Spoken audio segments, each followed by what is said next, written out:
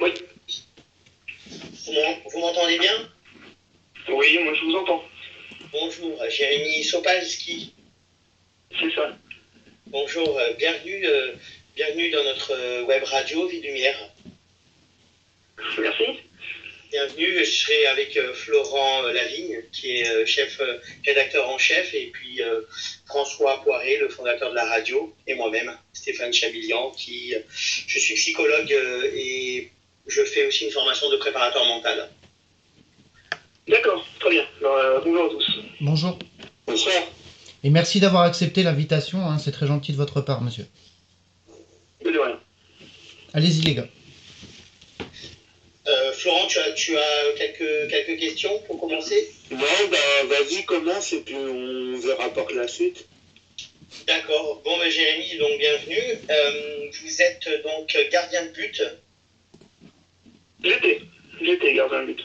Par la force des choses, j'ai pas eu de club et je ne me considère pas comme un gardien de but étant donné que j'ai pas de club. Maintenant, l'envie est toujours là, mais j'ai pu dire que j'étais gardien de but puisque je ne le suis plus depuis plus d'un an. Depuis plus d'un an. Votre dernier club, c'est bien le Paris Football Club? C'est ça, oui, tout à fait. D'accord, ok. Et là, vous êtes à la recherche d'un nouveau club? À la recherche, oui et non, parce que en fait, je vois la situation économique et la situation générale des clubs qui me fait penser que le fait de chercher un club, c'est pas forcément la bonne pioche, parce que quand on cherche, les gens ont tendance à plus vous prendre. Ils vous proposent quelque chose et derrière, ils vous disent c'est ça et il n'y aura rien d'autre. Donc, étant donné que moi j'ai quand même joué au niveau, j'ai eu malheureusement beaucoup d'offres décevantes, parce que j'avais plus l'impression qu'ils ne me respectaient pas quand ils me faisaient ce genre d'offres. Donc, j'ai préféré prendre du recul, me consacrer à mes formations. Et derrière, si évidemment il y avait un club qui était intéressé par mes compétences, par mon vécu, j'étais présent. C'est pour ça que je gardais la forme et que je continuais évidemment à m'entraîner pendant tout ce temps. D'accord. Est-ce que vous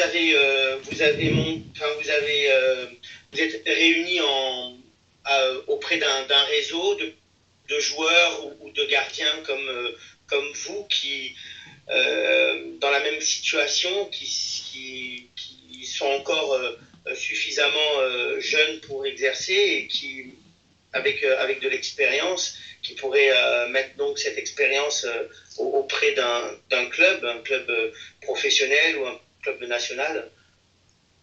Le réseau, il est simple. Enfin, quand vous me parlez de réseau, moi je pense tout de suite à l'UNFP, c'est l'Union des footballeurs professionnels. C'est un peu notre syndicat à nous qui nous permet de se retrouver quand on est sans club avant, donc en juillet, août, dans des stages dans lesquels on prépare d'éventuels tests, etc., où on fait beaucoup de matchs contre des clubs professionnels. Pour tout vous dire, il y a très peu de joueurs qui trouvent des clubs par rapport à ces matchs-là, mais ça nous permet de garder de la forme, ça c'est évident. Mais ce réseau-là, il est... à un moment, il y avait même l'idée de former un club qui s'appellerait Club UNFP, c'est-à-dire que tous les joueurs au chômage, puisqu'on gagne beaucoup de matchs, on gagne beaucoup de matchs, nous, les joueurs de l'UNFP, contre des clubs pro, et il s'était dit, à un moment, pourquoi pas fabriquer un club avec tous ces joueurs-là? Mais après, c'était comment les payer, comment les rémunérer, etc. Et puis c'est tombé à l'eau parce que financièrement, c'est compliqué, parce qu'il y a plein de joueurs qui sont dans ma situation. Puis il y a plein de joueurs aussi qui acceptent également des offres au rabais. Ouais. Donc, mais moi, j'ai refusé les offres au rabais. C'est simplement ça. Et le souci, c'est que c'est vrai que créer un club comme ça, c'est une excellente initiative, mais le souci, c'est que ça peut aussi favoriser ces offres au rabais que vous évoquez. Ça dépend, les offres au rabais, c'est un peu comme partout. Hein. Si il y a des gens qui vont les accepter, d'autres qui vont pas les accepter, c'est de la négociation personnelle de chacun. Donc moi, j'ai des amis qui m'ont dit, bah, clairement, si je retrouve pas de club, bah, j'arrête. Et ils ont 26, 25 ans et ils ont gagné très bien leur vie. Et du jour au lendemain, on leur demande de pas, pratiquement, de pas avoir de salaire et de toucher le chômage pour jouer au foot.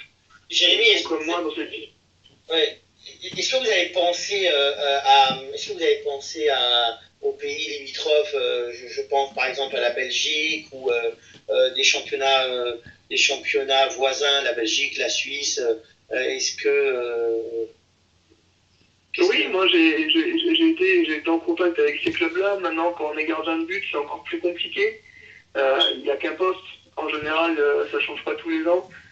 Donc, j'ai dû tomber dans une mauvaise période puisque les offres n'ont pas été fantastiques. Et à chaque fois qu'on m'a proposé des offres, c'était du très très bas niveau. Donc, voilà, j'ai 33 ans, j'ai une famille, je n'allais pas les faire déplacer pour aller jouer en 3e division en Suisse, quoi. Donc voilà, c'est simplement ça.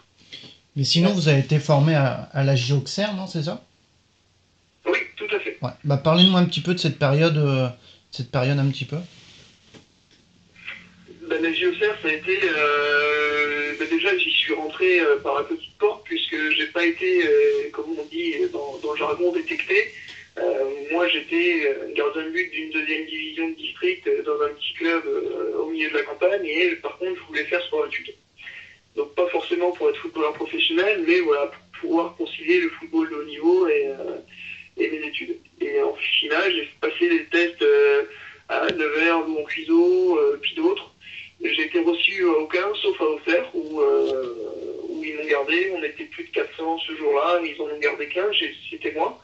Donc c'était l'ouverture vers le monde professionnel, et j'avais que 14 ans. Donc, et de là, j'ai gravi les échelons un à un, c'est-à-dire que quand on est sport études, on n'est pas dans un centre de formation, on dort au lycée, on est lycéen. Mais par contre, le week-end, on joue en national, etc. Donc, et puis au fur et à mesure des prestations, de l'évolution de ma carrière, au final, j'ai signé plusieurs contrats qui m'ont donné le droit à la fin d'être professionnel à Auxerre. C'est une très bonne école, c'est une école qui pour moi avait de vraies valeurs. Et malheureusement, j'ai l'impression depuis quelques temps, ces valeurs se sont perdues, donc notamment au départ de Giroud qui tenait un peu tout, quoi. Ah ouais. Tout à fait. Puis à noter que vous avez été champion des moins de 19 ans, hein, champion d'Europe des moins de 19 ans en 2000. C'est bien ça? Oui, c'est ça, avec l'équipe de France en Allemagne. Il y a une période aussi un petit peu au Portugal aussi où vous êtes parti une saison. Non, 2 saisons, pardon. 2 saisons, ouais. J'y suis parti 2 saisons, mais en fait, c'est venu à la fin de ma 2e année de contrat avec Auxerre, où j'étais prêté à Rouen, où j'avais joué la moitié de saison, et là, donc je devais retourner à Auxerre, et puis Giroud m'a dit, écoute, t'as de l'expérience pour jouer en Ligue 2, tu peux jouer en Ligue 2, mais t'en as trop t'en as pas assez pour être second à Auxerre, et t'en as trop pour être 3e. Donc il m'a dit on va être un peu emmerdé cette année, donc il faut que tu essayes de trouver quelque chose. Au pire, tu resteras là et puis on verra bien.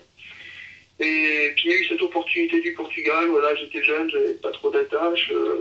J'ai dit allez, je tente l'expérience. Maintenant, l'expérience sportive, c'est pas forcément super bien passé. Mais par contre, en termes d'enrichissement personnel, sur la culture, sur l'apprentissage d'une nouvelle langue, sur la capacité aussi à se débrouiller par soi-même, c'est avec le recul vraiment une super expérience et on en parle encore avec ma femme aujourd'hui en se disant on était jeunes, on était peut-être un peu cons, mais on a passé 2 superbes années quand même, quoi. D'accord. Florian, tu as peut-être quelques questions pour notre invité? Oui, bonsoir. Donc, Florian Lavigne. Donc, j'aimerais revenir sur ce que vous disiez tout à l'heure, que le mal auxerrois, entre guillemets, c'est depuis le départ de Giroud. Donc, c'est l'avis de tout le monde. Et en fait, comment vous l'expliquez, vous qui l'avez connu, quoi, qui l'avez côtoyé?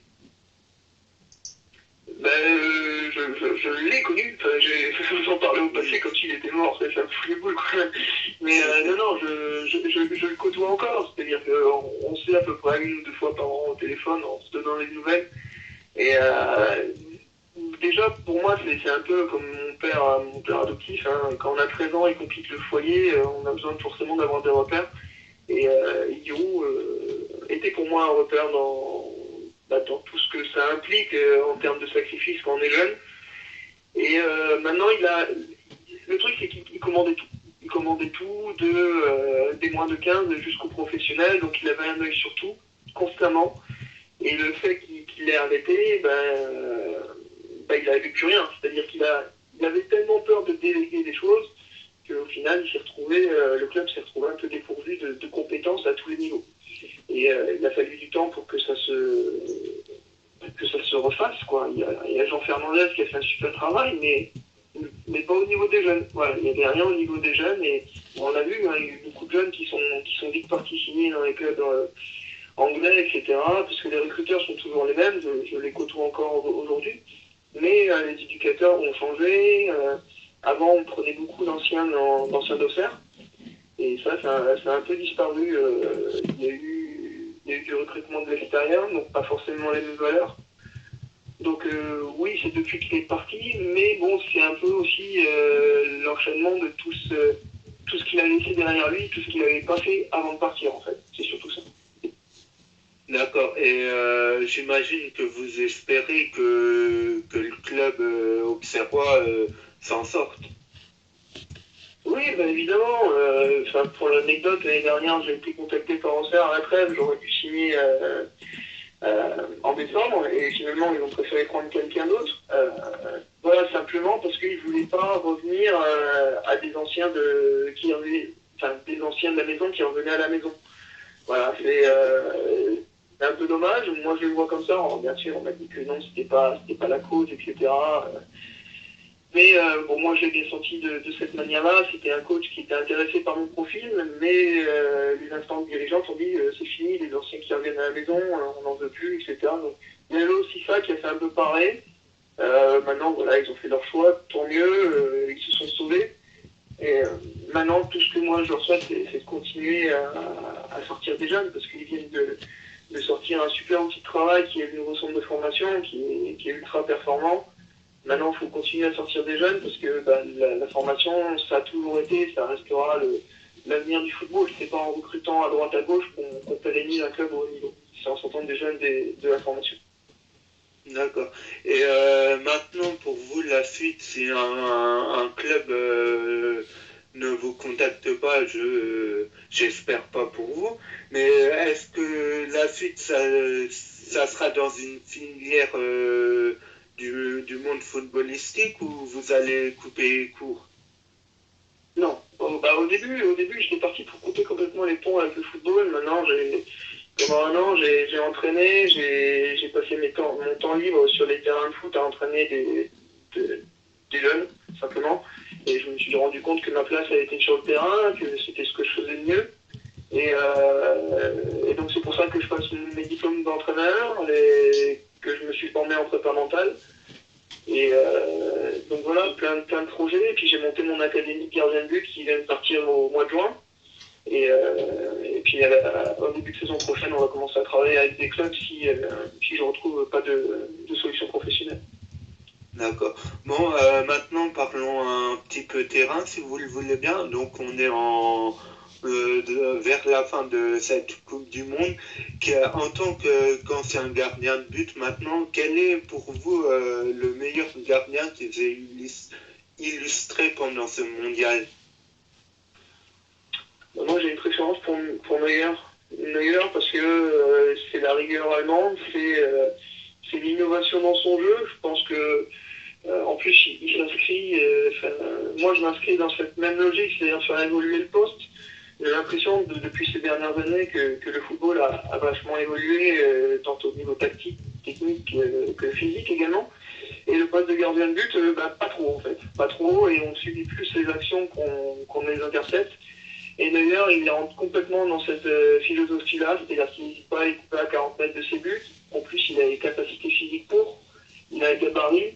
Voilà, je pense que l'avenir du gardien de but au niveau, c'est un gardien de but polyvalent avec un jeu au pied, avec des capacités physiques, donc de vitesse, de course, de détente, mais également de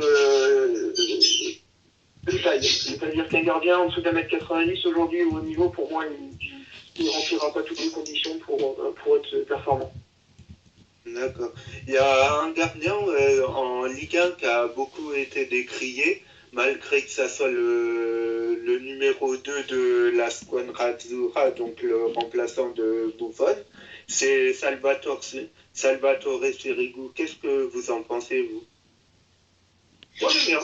J'aime bien. Maintenant, c'est un peu un gardien qui reste sur sa ligne. Mais depuis qu'il est en France, il a beaucoup travaillé et je sais qu'avec la personne à laquelle il travaille, il a appris à sortir de ses buts, il a appris à intervenir sur les ballons aériens. Ça lui a permis également d'être un référent dans sa surface et de participer grandement au titre de champion du PSG. Donc vous comprenez pas du tout les polémiques qu'il y a eu en son égard? Non, pas du tout. Non, ça c'est... Vous savez, on entend tellement parler que... voilà, il y a des choses qu'il faut y écouter et d'autres qu'il faut juste voilà, laisser filer et puis se faire sa propre opinion. Il y a tellement d'infos qui circulent à l'heure actuelle que voilà, la meilleure façon de se faire un avis, c'est de pratiquer et c'est pour ça que demander à un gardien de but, je pense que c'est toujours plus intéressant que de demander à un entraîneur qui n'a pas été avec gardien de but. Quoi. D'accord. Et concernant son remplaçant, donc au Paris Saint-Germain, Nicolas Douchet, on a vu que, entre guillemets, pour parler vulgairement, il mangeait un petit peu sa glace sur le banc de touche, mais à chaque fois qu'ils ont fait appel à lui, il a su répondre présent, et cela encore une fois, malgré les critiques. Et qu'est-ce que vous en pensez en tant qu'ancien gardien qui était troisième pour pas dire deuxième, vu que vous avez été entré après? Non, Nicolas, déjà, faut savoir que c'est un gardien de Ligue 1, c'est pas un remplaçant. Maintenant, il a accepté ce rôle de remplaçant, il le fait très bien. Et à ce niveau-là, il faut absolument deux gardiens compétitifs. Il ne faut pas un gardien titulaire et un autre qui peut faire un ou deux matchs. Non, il faut absolument un autre gardien pour pallier éventuellement la blessure ou les mauvaises performances du premier gardien. Là, le PSG évolue dans la cour des grands. C'est plus... voilà, c'est pas de la Ligue 1, quoi. C'est au-dessus de la Ligue 1. Donc, il leur faut absolument doubler les postes chacun. Et Douchet, je trouve une parfaite doublure, puisqu'il est capable d'assurer son rang en Ligue 1 largement. D'accord. Bah écoutez, pour ma part, je n'ai pas d'autres questions. Donc, je vais vous repasser mes collègues. Peut-être moi, juste vous faites une formation en préparation mentale, alors, parallèlement? Tout à fait, avec la société Ashcore Performance, qui a été créée par Denis Troche, justement ancien gardien et ancien entraîneur du PSG. Donc il a créé sa branche sa société qui permet d'être certifié Ashcore et de pouvoir d'avoir des compétences en management, en coaching individuel et en préparation mentale.